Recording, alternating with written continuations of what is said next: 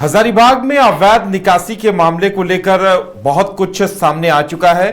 कार्रवाई भी होती हुई दिखाई दे रही है। क्या कुछ अपडेट है, इसे समझने की कोशिश करेंगे, क्योंकि कुछ नाम जो सामने आए हैं वो चौंकाने वाले हैं। जिस तरह से अवैध निकासी की गई है वो तरीका भी काफी चर्चा में है और देखिए कई लोगों की गिरफ्तारी भी हुई है। ज्यादा जानकारी के लिए इस वक्त हमारे साथ शशांक जुड़े हुए हैं। शशांक, हजारीबाग में जो अवैध निकासी हुई है, क्या कुछ अपडेट आ रहा है उसमें?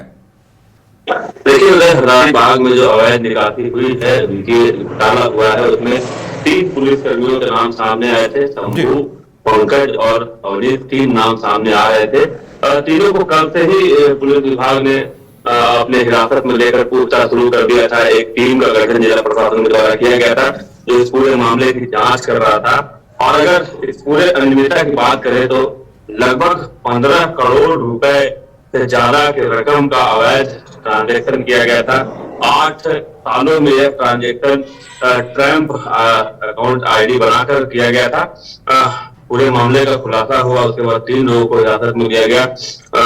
आज की अगर गतिविधि की बात करें तो आज सुबह से ही सभी विभागों में हलचल तेज थी।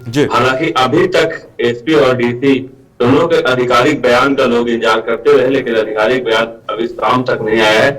लेकिन पुलिसिया कार्रवाई तेज है। 3 लोगों का दोपहर में मेडिकल कराया गया और यह बताया गया कि 3 लोगों को जेल भेजा जा रहा है, लेकिन शाम होते होते यह संख्या 5 हो गई। इसमें से 2 जो पुलिसकर्मी है, शंभू और पंकज, इनकी पत्नियों को भी जेल भेजा गया है, यानी कि उनकी भी संलिप्तता इसमें शामिल है, यह बताई गई है। और अगर शंभू और पंकज की बात करी जाए तो हजारीबाग में यह बताया जा रहा है कि इनके आलीशान घर हैं। एक पुलिसकर्मी इतना पैसा कहां से इकट्ठा कर लेता है कि हजारीबाग के पौष इलाके में आलीशान घर बना लेता है, यह सब बातें सामने आई है।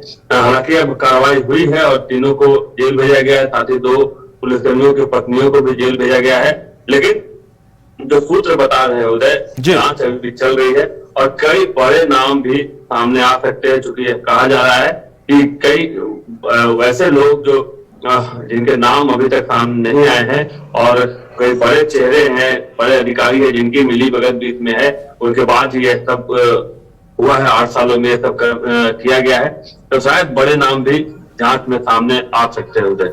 और शशांक, देखिए जिस तरह से आप बता रहे हैं कि जो सिपाही शंभू कुमार हैं वो एसपी ऑफिस के पीछे ही आलीशान मकान, और आलीशान मकान में कई महंगी 20-25 लाख की गाड़ियां, तो कहीं ना कहीं इनके लाइफ स्टाइल से भी देखिए ये सवाल तो उठता ही है कि भाई आप एक सिपाही के तौर पर कार्यरत हैं तो इतनी सैलरी नहीं मिलती है कि आप धन्ना सेठ की तरह रहें।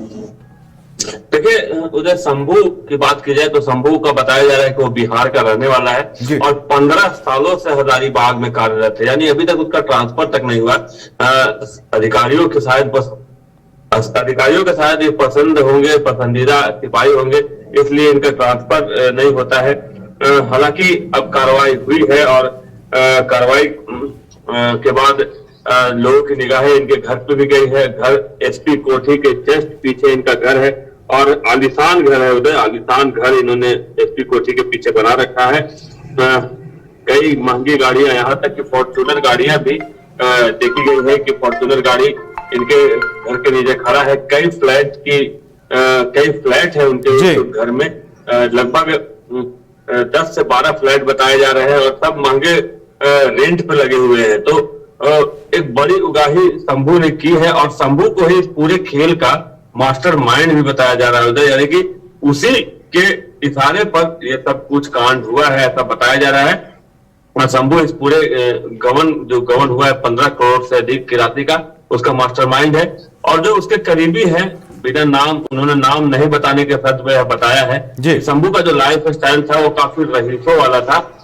2 आईफोन रखता था शंभू, आलीशान गाड़ियों में घूमने का शौक था। कभी उसे पुलिस की वर्दी में आज तक लोगों ने नहीं देखा, चूंकि वह लेखा में कार्यरत था और हमेशा सिविल वर्दी में और महंगे कपड़े पहनकर 2 आईफोन, महंगी गाड़ियों के साथ इनोवा से घूमता हुआ दिखाई देता था, कभी फॉर्च्यूनर से घूमता हुआ दिखाई देता था। तो इन सब चीजों की अब जांच हो रही है। हालांकि शंभू की पत्नी की भी इन सब चीजों में संलिप्तता पाई गई है और देर शाम उसे भी जेल भेजा गया है। खुद लोहसिंगना थाना प्रभारी ने टेलीफोनिक माध्यम से इसकी पुष्टि की है कि शंभू की पत्नी को भी जेल भेजा गया है, उसकी संलिप्तता भी सामने आई है। पंकज की पत्नी को जेल भेजा गया है, उसकी भी संलिप्तता सामने आई है। और शंभू और पंकज दोनों के हजारीबाग में आलीशान घर हैं। हालांकि एक अवनीश का हजारीबाग में अभी तक ऐसी किसी संपत्ति का पता नहीं चल पाया है, लेकिन 2 लोगों के हजारीबाग में आलीशान घर है।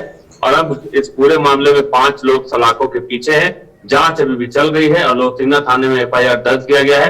पूरे मामले पर खुद उपायुक्त ने नजर बनाए हुए है। अपर समाहर्ता की अध्यक्षता में एक जांच टीम बनाई गई है जो जांच कर रही है। उदय, चलिए तब इंतजार किया जाए कि क्या कुछ निकलकर सामने आता है। लेकिन यह हैरान करने वाली बात है कि एक अकाउंटेंट, एक सिपाही जो अकाउंटेंट की ड्यूटी पर रहता है, वो 2-2 आईफोन लेकर फॉर्च्यूनर गाड़ियों में घूमता है, आलीशान मकान बनाता है। और अब जब वो पकड़ा जाता है तब इस बात का खुलासा होता है कि उसने 8 सालों में अपने 2 सहयोगियों के साथ मिलकर लगभग 15 करोड़ की अवैध निकासी कर डाली है और पैसों को अपनी पत्नी और रिश्तेदारों के नाम पर भी रखा है। अब जो जानकारी सामने आ रही है कि लगभग 1 करोड़ 60 लाख रुपए रिकवर भी कर लिए गए हैं, खातों को फ्रीज कर दिया गया है और आगे भी पुलिस की जांच चल रही है।